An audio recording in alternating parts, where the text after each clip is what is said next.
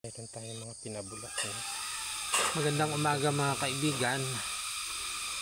Dito ay maglalagay tayo ng ating basal na tinatawag.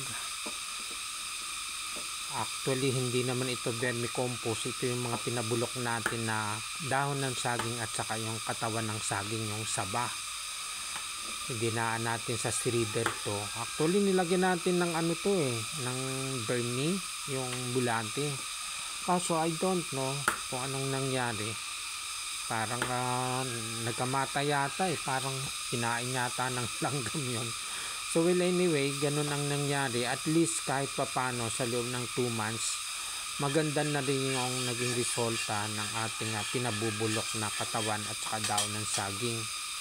So yan nga yung tataniman natin ng kamote, land preparation. So basal lang muna tayo mga kaibigan, at least para mayroon siyang natural compost pag halimbawa hindi pa natin nilalagyan ng commercial fertilizer.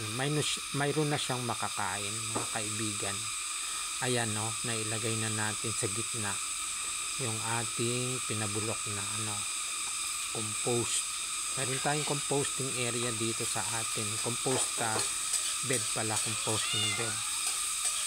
So yan, and then ibabalik natin yung lupa dyan mga kaibigan mamaya,